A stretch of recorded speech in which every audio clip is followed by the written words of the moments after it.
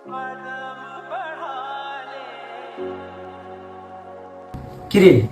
আমরা না ঈদের আগে প্ল্যান আছিল ঈদের পরে কক্সবাজার যাবো।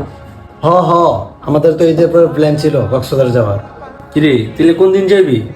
তাহলে চল, সময় নষ্ট না করে আজকে চলে যাই। চল।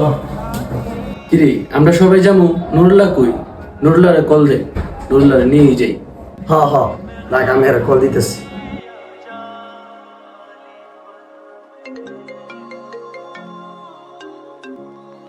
হ্যালো, আমরা সবাই ঘুরতে যাবো, তুইও রেডি হয় না।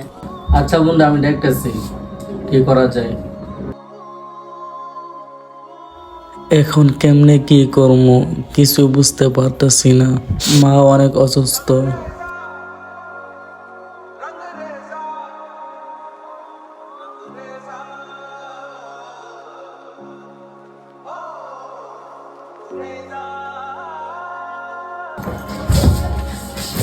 কিরে বন্ধু তোরা আইসস, আমরা তো আসছি ধরে নিতে। তুই এখনো রেডি হস নাই? তোর মন খারাপ কেন? চল। না রে বন্ধু, আমি যাইতে পারুম না। কেন, কি হয়েছে তোর? আম্মা অনেক অসুস্থ, বাড়িতে টাকা পয়সা নিয়ে অনেক ঝামেলা চলতেছে, তার জন্য আমি যাইতে পারবো না বন্ধু। তুই টাকা নিয়ে চিন্তা করতেছস, তাহলে আমরা বন্ধুরা কি জন্য আছি? নে তোর কত টাকা লাগবে বল। নে কত লাগবে?